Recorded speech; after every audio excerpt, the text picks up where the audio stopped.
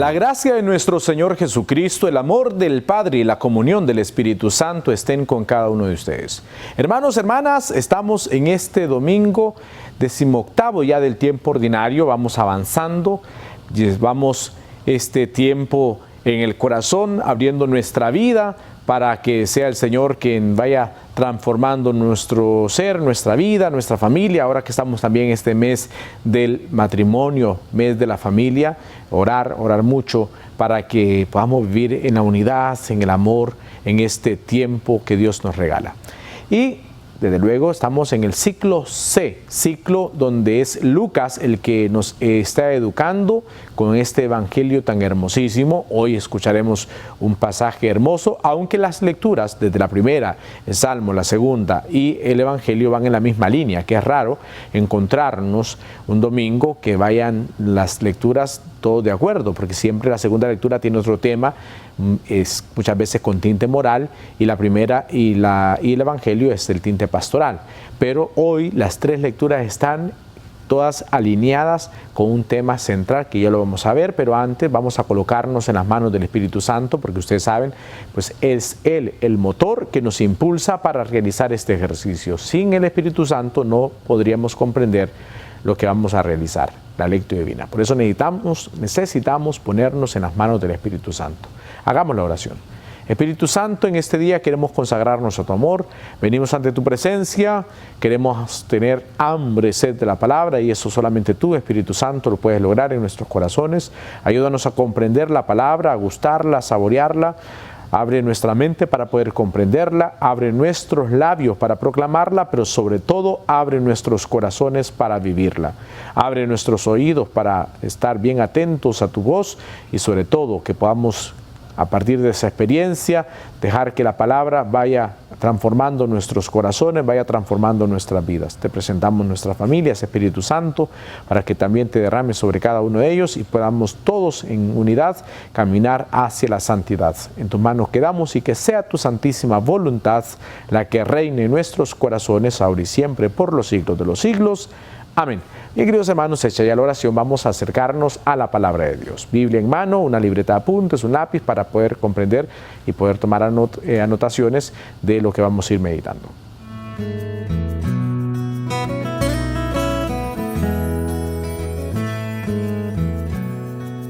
Bien, queridos hermanos, acerquémonos ahora a la palabra de Dios.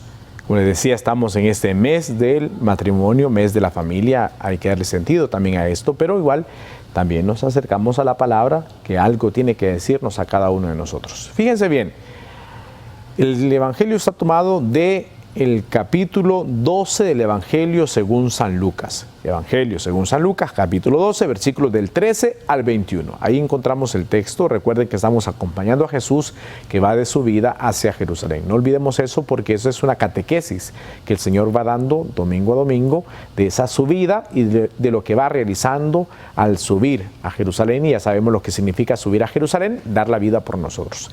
Bien, entonces acerquémonos a la palabra de Dios.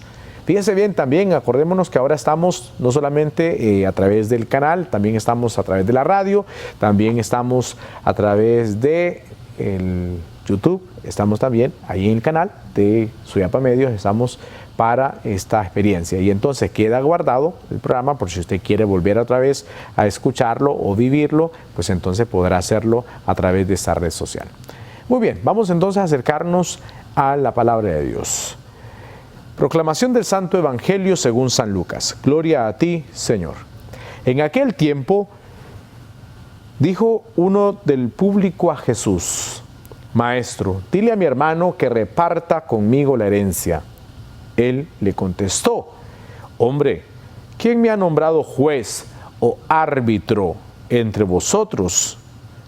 Y dijo a la gente: Miren, guárdense de toda clase de codicia, pues aunque uno ande sobrado, su vida no depende de sus bienes. Y les propuso una parábola. Un hombre rico tuvo una gran cosecha y empezó a sembrar, a echar cálculos. ¿Qué haré? No tengo dónde almacenar la cosecha. Y se dijo: haré lo siguiente: derribaré los graneros y construiré otro más grande, y almacenaré allí todo el grano y el resto de mi cosecha. Y entonces me diré a mí mismo, hombre, tienes bienes acumulados para muchos años, túmbate, come, bebe y date buena vida. Pero Dios le dijo, necio, esta noche te van a exigir la vida. Lo que has acumulado, ¿de quién será? Y así será el que amasa riquezas para sí y no es rico ante Dios. Palabra del Señor. Gloria a ti, Señor Jesús. Hemos ya, queridos hermanos, leído el texto. Quiero que busquen también, se lo dejo como tarea, el libro del Eclesiastés. Ahí lo encontrarán, Eclesiastés o Cogelet, en el capítulo 1. Hermosísimo libro que gracias a Dios nosotros los católicos lo tenemos, los hermanos protestantes no lo tienen y se pierden de esta riqueza. Cuando dice vanidad de vanidades, todo es vanidad, dice Cogelet. Vanidad de vanidades, todo es vanidad.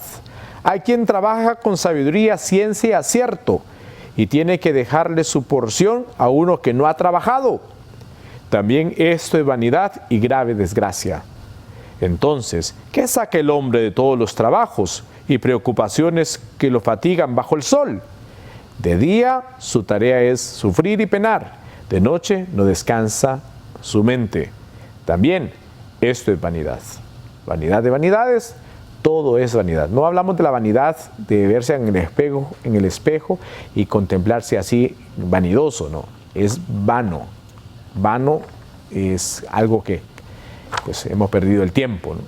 Pues bien, partiendo de ese texto que les he leído, entonces vamos al Evangelio que hemos meditado el día de hoy. Llega este hombre a decirle que su hermano no le reparte la herencia.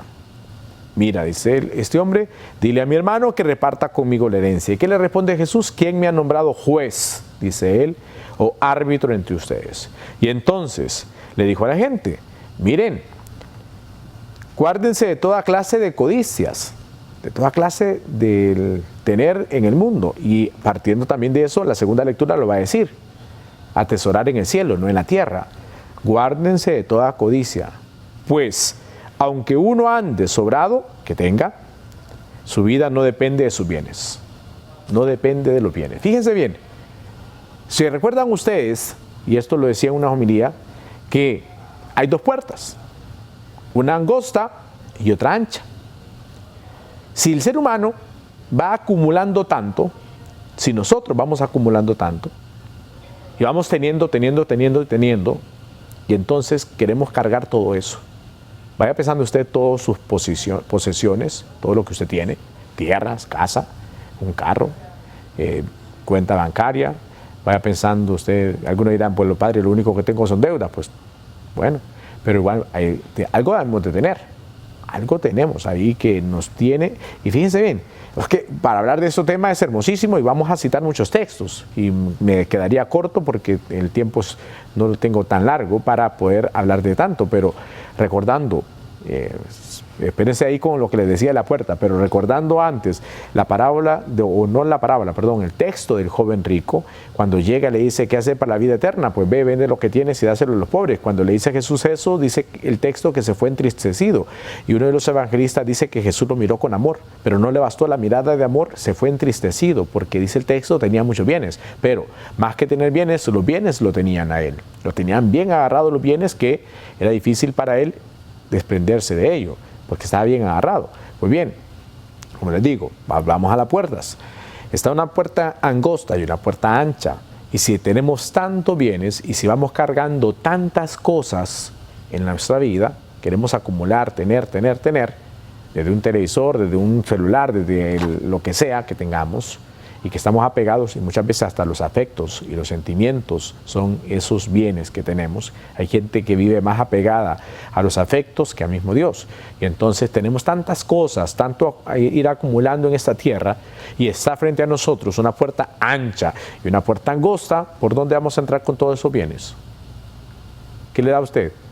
Si usted ve esas dos puertas y va cargando tanto, pues lo más fácil es entrar por la puerta ancha. porque eso no, nos va a permitir pasar con todos nuestros bienes. Sí, pero la cosa es que esa puerta lleva ¿a dónde? A la perdición. Y la puerta angosta a la salvación. Significa que para entrar por esa puerta no necesitamos nada. No necesitamos nada. Pero para entrar por esa puerta grandota, esa puerta ancha, entonces ahí sí necesitamos y sí podemos llevar tantas cosas. Entonces piense usted, ¿para dónde va? ¿Por esa puertota grandota o por esa puerta pequeña? Me estoy adelantando a la segunda parte, pero igual. Es que, como digo, es que el tema de hoy es hermosísimo, que da para hablar de tantas cosas, ¿no? Pero bueno, y entonces, dice Jesús, ¿no? Guárdese toda clase de codicia, cuidado. Pues, aunque no anden sobrados, su vida no depende de los bienes, no es de acumular tanto, no, de eso no depende la vida. Y entonces, sigue Jesús poniendo una parábola. Les va a decir, un hombre rico tuvo una gran cosecha. Fíjense bien, aquí se da un monólogo, solo una persona hablando. El hombre rico estaba hablando para sí mismo, estaba diciéndose así, ¿no? Un hombre rico tuvo una gran cosecha y empezó a echar cálculos. ¿Qué haré? Vean ustedes, comienza su monólogo, comienza a hablar para sí. Ajá, ¿qué haré? No tengo dónde almacenar mi cosecha. Y se dijo, haré lo siguiente. Vean ustedes, sigue hablando para sí mismo. Haré lo siguiente, derribaré mis graneros, no pensaba en nadie más, en consejos de nadie, en ser agradecido con nadie, solamente para mí. Y entonces haré lo siguiente, derribaré los graneros y construiré otro más grande y almacenaré allí todo el grano y el resto de mi cosecha va a estar metido en esos graneros y entonces podré decir luego, hombre, tienes bienes acumulados, tienes tanto, tienes para vivir toda tu vida, por lo tanto, túmbate a dormir, se ha dicho, come, bebe y date la buena vida. Y entonces se rompe el monólogo, se rompe ese diálogo que tiene consigo mismo y aquí entra el Señor hablándole, Dios diciéndole, necio, esta noche te van a exigir la vida. Lo que has acumulado, ¿de quién será? Has perdido el tiempo, porque no te llevas nada. Por lo tanto, así será el que amasa riquezas para sí y no es rico ante Dios. Vamos al segundo punto de nuestra lectura divina.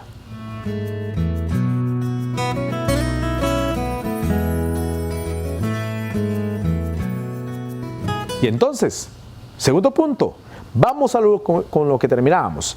Así será el que amasa riquezas para sí y no es rico ante Dios. Fíjense bien, eso es lo que nos va a pasar si vamos acumulando tantas cosas en la tierra. Por eso entonces, vamos a la segunda lectura que se nos propone para este domingo de la carta del apóstol San Pablo a los colosenses. Ya que han resucitado con Cristo, busquen, digan ustedes lo que dice el Señor, busquen los bienes de arriba, donde está Cristo, dice San Pablo, sentado a la derecha de Dios. Aspiren, deseen los bienes de arriba, no los de la tierra. Colosenses capítulo 3.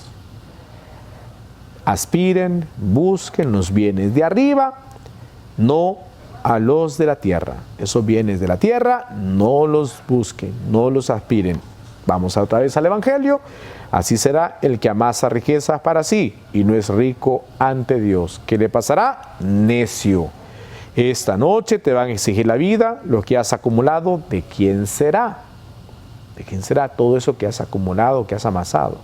Vamos a la primera lectura del libro del Eclesiastés, o Cogelet, diciéndonos, vanidad de vanidades, todo es vanidad. Hay quien trabaja con sabiduría, ciencia acierto, y tiene que dejarle su porción a uno que no ha trabajado. Vean ustedes, dejarle a uno que no ha trabajado. ¿Cuántos papás se desviven, van guardando cositas, comprando cosas, y al final se mueren, los hijos heredan, y los hijos, como no les costó nada, lo desbaratan en cuestión de segundos? Yo recuerdo una persona que su papá se había muerto, le dejaron un dinerito a ellos, cuando se murió su papá, se los entregaron, y lo primero que fue a hacer es comprar un celular de moda, más de 17,000 lempiras, comprando un celular con el dinero que le dieron, porque se había muerto su papá.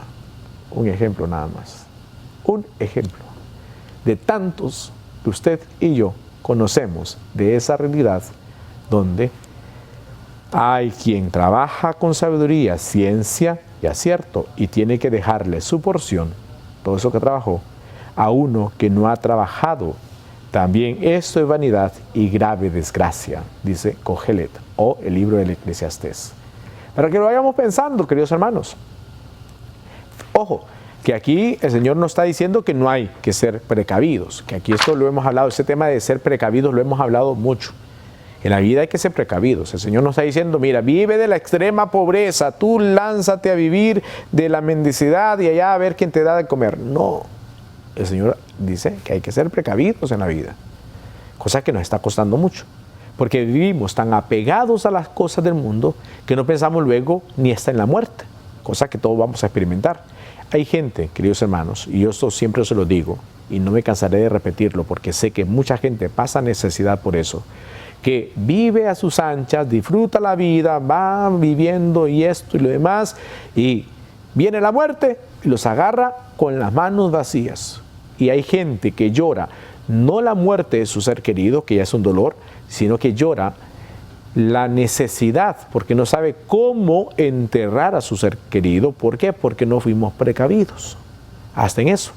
No digamos en los momentos anteriores, no somos precavidos y entonces están los dos extremos, de aquel que va ahorrando y ahorrando y ahorrando, como aquel que se desconecta de la realidad y no es precavido. Hay que ser precavidos y siempre lo hemos dicho, hay que vivir en el justo medio. Los extremos son malos, el extremo de querer acaparar tanto y el otro extremo de querer que todo caiga del cielo y entonces aquí, bueno, ni modo, me voy a esperar a ver qué viene. No, o sea, hay que vivir, hay que trabajar, hay que esforzarse, pero con un objetivo. ¿Cuál es el objetivo? Atesorar en el cielo.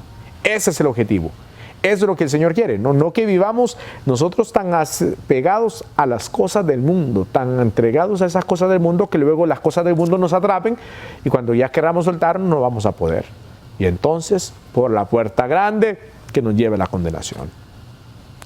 Apesadumbrados y tristes como el joven, nos marcharemos porque los bienes nos tienen atrapados.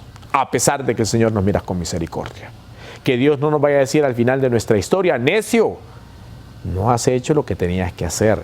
Necia, no has hecho lo que tenías que hacer. Consagrarnos a Dios, atesorar en el cielo. Ahí donde no hay polilla, ahí donde no hay ladrones que nos roben, lo que vamos atesorando en el cielo. Eso es lo más importante. Que hay que trabajar, que hay que esforzarse, claro. El Señor nos está diciendo que no hay que hacerlo. Que hay que tener esos ahorros también. Pero que eso no nos quite la vida, que eso no nos desgaste. Hay que tener objetivos, hay que vivir con objetivos, con propósitos en la vida, queridos hermanos. Hay que vivir con propósitos claros. Y el primer propósito claro es la santidad. Eso es lo que tenemos que tener bien clarito, la santidad. Ser hombres y mujeres santos como Dios es santo. Partiendo de esa experiencia, los trabajos, las actividades diarias, las cosas que vamos teniendo, no nos roban la paz ni nos quitan la mirada de Dios, porque lo primero es ser santo para contemplar su rostro. Recuerden, bienaventurados los limpios de corazón, porque verán a Dios. Bienaventuranza clave que nos dice que necesitamos para poder ver el rostro de Dios, tener un corazón limpio, un corazón puro, un corazón capaz de dejarse transformar por el Señor. Partiendo de eso, entonces, nada de apegos, sino abriéndonos a la gracia de Dios. Fíjense, he citado muchos textos, perdón por eso, pero eso viene a mi mente cuando hacemos la lectura divina. Si no hiciera la lectura divina, no me acordaba de los textos. Y eso que no es que ahora los preparé y no. Esto es gracia. Y obviamente hay que preparar, ¿no? Pero digo, esto también viene de recordar textos y citar textos de esa forma, viene por hacer este ejercicio de la lectura divina. Cada vez que vamos preparando, que vamos apuntando, que vamos teniendo ahí como referencia, entonces es bien fácil citar otros textos que pueden apoyar lo que vamos meditando. Pues bien, ahí nos queda el texto. Duro, sí. Difícil de vivir, claro, pero si lo hacemos nosotros solos, cuesta arriba.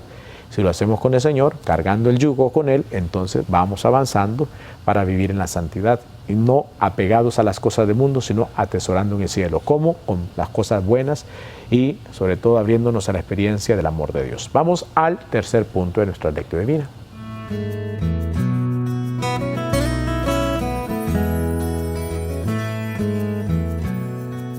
Vamos, queridos hermanos, al tercer punto de nuestra lectura divina. Este tercer punto es la oración. Ya leímos el texto. Antes nos pusimos en las manos del Espíritu Santo. Después de haber hecho la oración, primero entonces leímos el texto, tomándolo, agarramos la Biblia, recuerden, Biblia en mano. No se contente con escucharlo, sino agarrar la Biblia y meditar la palabra de Dios. Leímos la palabra, luego la meditamos aplicándola a nuestra vida y ahora partiendo del texto, oigan, lo vuelvo a repetir, partiendo del texto, vamos a hacer la oración. Hay cosas que muchas veces me cuestionan, que no escuchamos, nos cuesta tanto escuchar, que luego entonces estoy seguro que muchos dirán, Señor, mira, te pido por esto, te pido por aquello. Espérate, no estamos hablando de eso, es de atesorar en el cielo. Sí. Bueno, hagamos de eso la oración.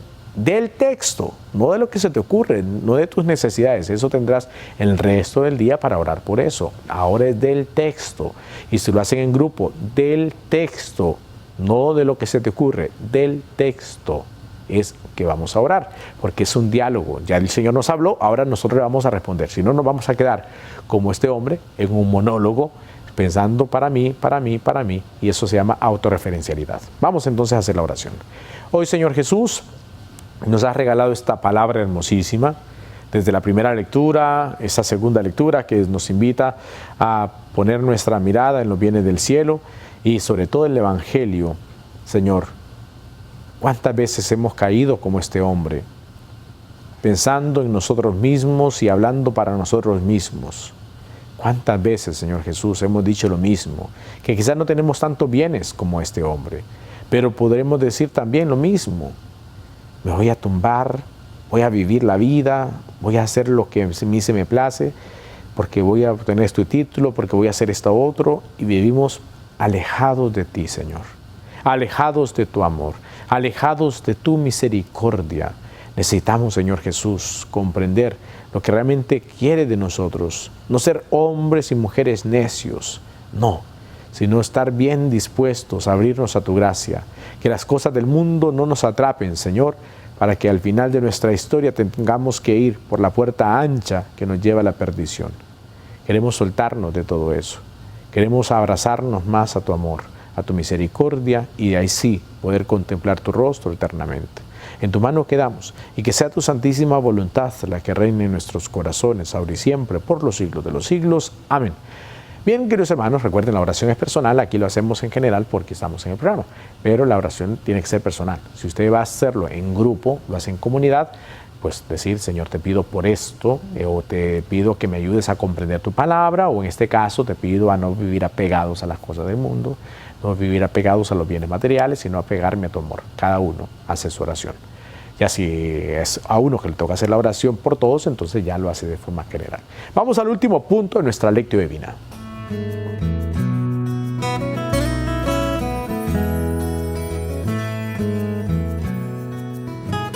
Queridos hermanos, ya este último punto es la acción. Leímos, meditamos, oramos y lo llevamos a la práctica, a la acción. ¿Qué nos dice el texto? En primer lugar, participar de la Eucaristía, ¿no? Hermosos textos. Primera lectura del Eclesiastés: vanidad de vanidades, todo es vanidad. Repito, no es de vanidad de estarse viendo en el espejo, es de vano, algo sin sentido. Perdemos el tiempo en vana ilusión, perdemos el tiempo en tantas cosas que se nos olvida lo más importante, abrirnos a la gracia de Dios. Luego San Pablo también nos lo dice en esta carta que se nos va a proclamar en la segunda lectura, donde dice él: aspiren, deseen los bienes del cielo y no los de la tierra, porque estos son pasajeros, hoy están, mañana no están. Y el Evangelio, pues ya lo escuchamos. Así que pues a disfrutarlo, a vivir la palabra, a dejarnos tocar por el Señor y sobre todo pensar qué cosas nos detienen, qué cosas te tienen a ti agarrado, cuáles son tus bienes. Quizás no tienes mucho, o sí lo tienes, pero si no tienes mucho, podría decir no tengo tanto, pero hay cositas en la vida que nos hacen vivir apegados a esta tierra, hasta los afectos. Si yo le dijera a alguno de ustedes, si hoy fuera tu muerte, ¿qué dirías? No, padre, ese tema no hablemos. Porque estás apegado. Vivimos apegados a las cosas materiales, a las cosas del mundo, hasta los afectos. Si no tienes dinero, pero muchas veces tenemos afectos, vivimos apegados a los afectos, a tu esposo, a tu esposa, a tus hijos, y ciertamente hay que amarlos, pero sin vivir aferrados a ese afecto, sino que amar a Dios sobre todas las cosas, y el amor que viene después de eso es bendición. Así que, queridos hermanos, ahí nos queda el reto, ¿no? Es leer nuevamente ese texto y pedirle al Señor comprenderlo y ponerlo en práctica en nuestras vidas. Bendiciones a todos, que Dios los bendiga y sobre todo que Dios haga próspera las obras de su mano, como dice el Padre Ovidio. Pues también tomemos esa frase diciendo que Él haga próspera las obras de sus manos para que podamos ir avanzando en santidad día tras día.